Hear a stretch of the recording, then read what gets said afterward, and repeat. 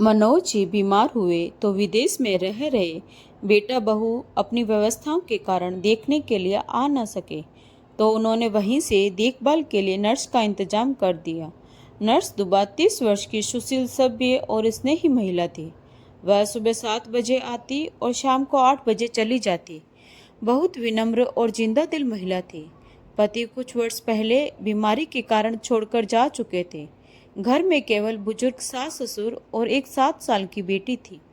मनोज जी दुबा के व्यवहार के कायल हो गए। ऐसा लगता था मानो क्रोध पर विजय पाई हो उसने। दुबा की देखभाल और दवाइयों के असर से मनोज जी की तबीयत में सुधार होने लगा था।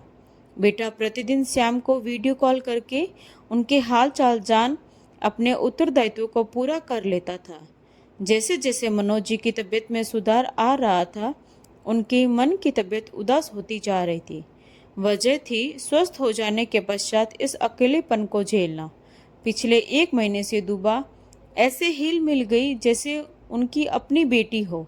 रविवार के दिन वह अपनी बेटी रिया को भी साथ ले आई थी। उसकी प्यारी वह भोली बातों से रविवार बड़ा सुकून भरा कटता था।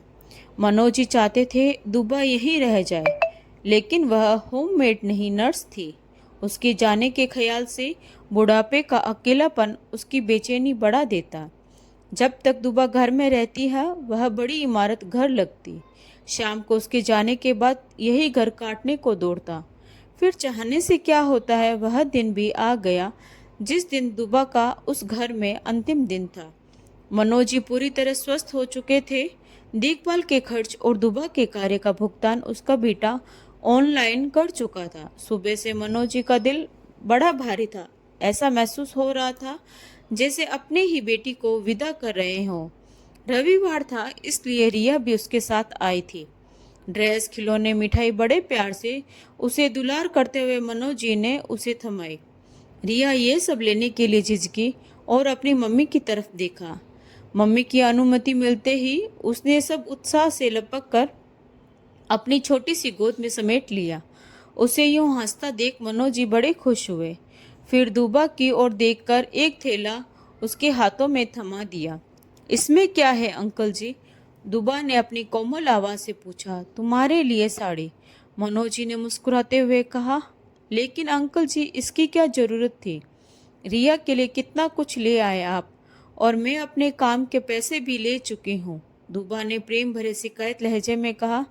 जरूरत नहीं थी बेटा, यह तो बस एक बूढ़े पिता का अपनी बेटी के लिए प्यार समझो, कहते हुए मनोज जी ने आशीर्वाद भरा हाथ उसके सिर पर फेरा। यह देखकर दुबा की पलकें भारी हो गई।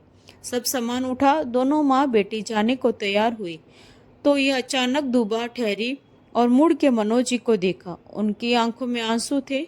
दुबा चलकर मनोज जी के पास आई और उनको गले लगा लिया। यह देख रिया भी खुद को रोक ना सकी और दौड़कर उन दोनों को अपनी नन्ही आगोश में लपेट लिया। यह शायद संसार का सर्वोत्तम सुंदर दृश्य था।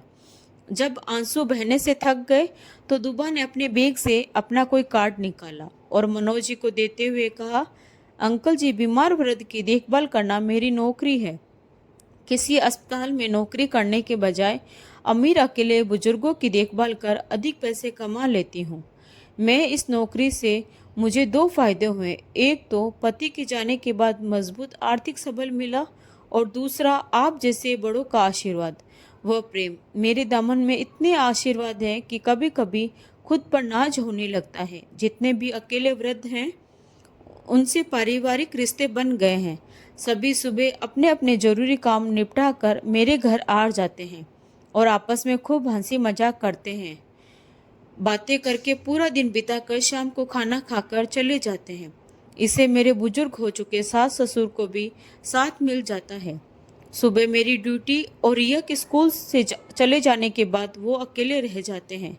इस तरह सभी अकेले बुजुर्ग आपस में अपने सुख दुख बांटकर अपना परिवार बनाए हुए रहते हैं।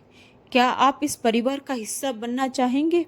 मनोज जी ने कार्ड हाथ में लिया, फिर दुबा को जी भरकर आशीर्वाद देते हुए कहा, तुम कितनी नेक दिल इंसान हो बेटी। तुम्हें जन्म देने वाली माँ धन्य है, जिन्होंने सचमुच एक मनुष्य को जन्म दिया है। जरूर जरूर बनूंगा तुम्हारा परिवार। का हिस्सा, तुम्हारा नहीं हमारे परिवार का हिस्सा बोलो दादू। और मम्मी तो रोजाना शाम को आती है, लेकिन मैं जल्दी आ जाती हूँ, अटेंडेंस में ही लेती हूँ सबकी। रिया की इस बात ने तीनों के चेहरे पर प्यारी सी मुस्कान ला दी और तीनों फिर से गले लग गए। यह संसार का सबसे सुंदर पल था। आपको ये कहानी कैसी लगी कमेंट बॉक्स में ज़रूर बताएं। अगर अच्छी लगी हो तो प्लीज़ लाइक शेयर और सब्सक्राइब जरूर करें। Thanks for watching.